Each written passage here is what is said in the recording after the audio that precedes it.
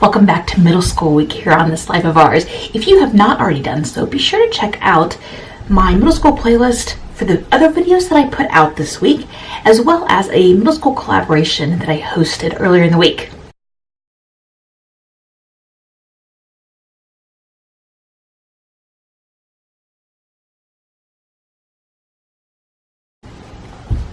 When I started preparing for this series, I was really struggling to come up with 5 topics here and then for my blog, and I just thought, wow, this is never going to happen.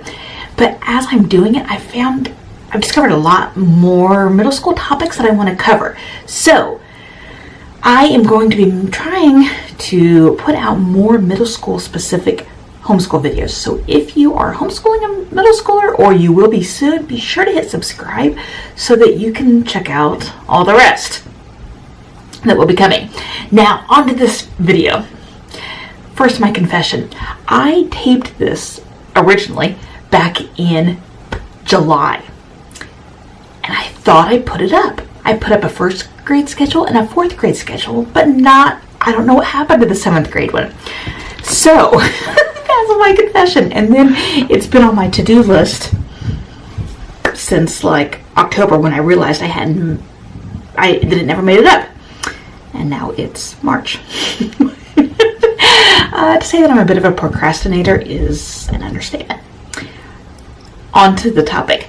As I mentioned in the 1st and 4th grade videos, if you already watched those, I like to not share a schedule until I've given it time and seen that it actually works. I don't like to put one out at the beginning of a year and say, this is what we're going to do, and then have it not work. And then I have to come back and say, oh, that advice I gave you, scratch it. That's not what I like to do. So, this was Elizabeth's schedule last school year. So 2016, 2017? She is in 8th grade now. This summer I will put out videos for the grades my kids are in this year. 8th grade, 2nd grade, 4th grade.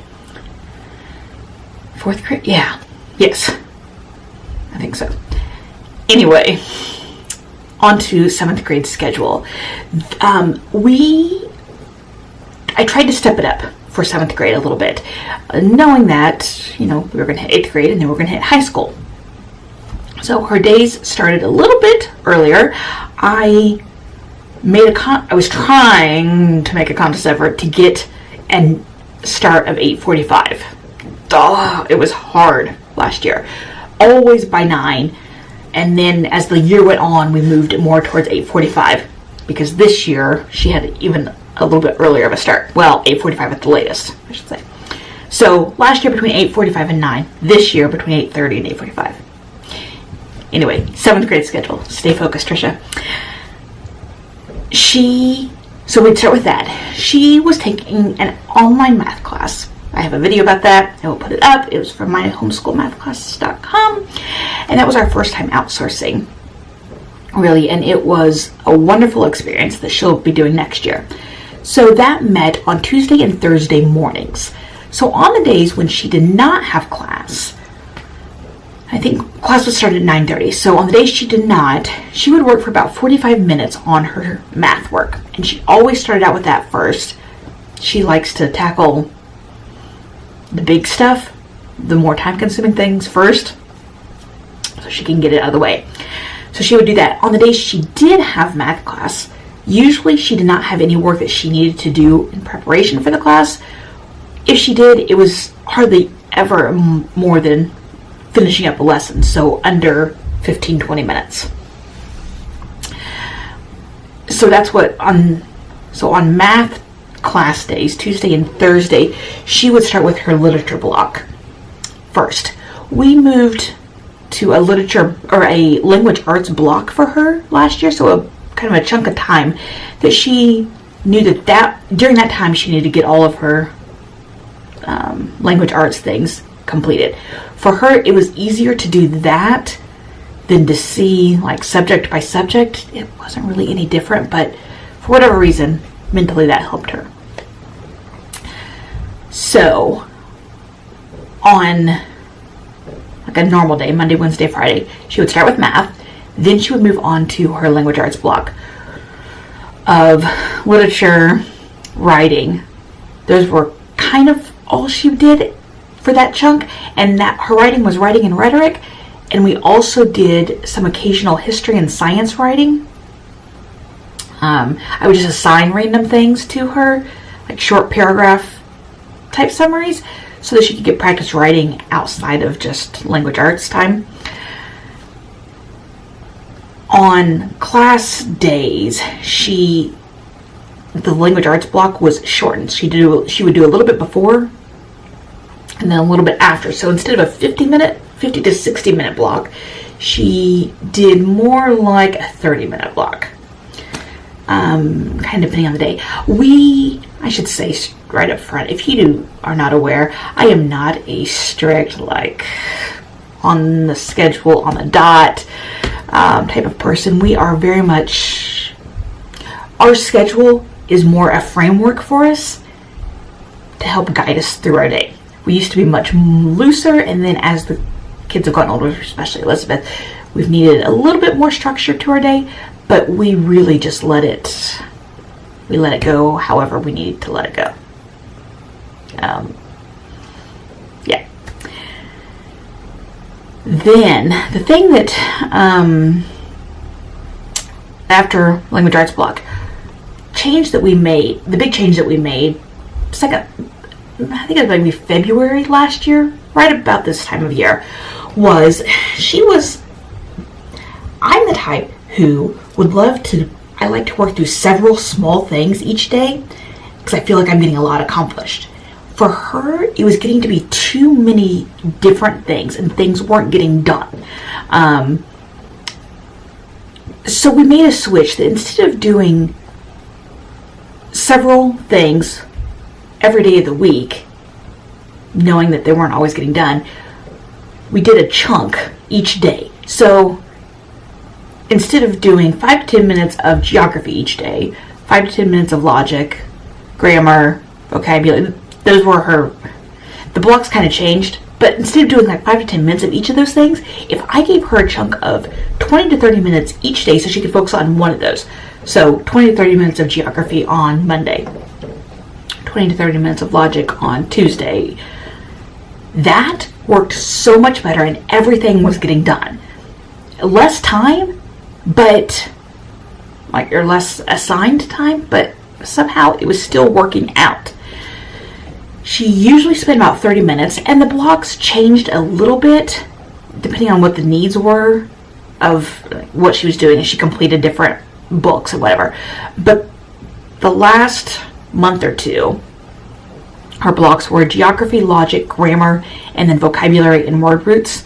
Word Roots is a book from Critical Thinking Company. So if I just gave her those once a week, I was surprised by how much better it just went. I don't know. It didn't make sense to me.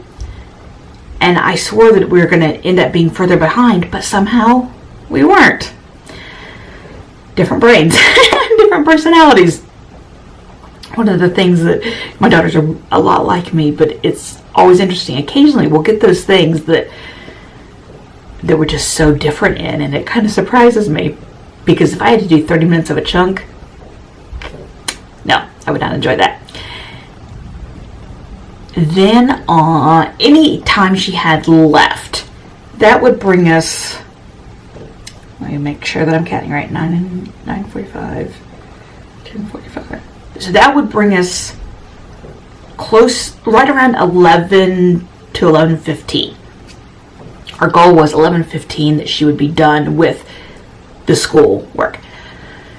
Now,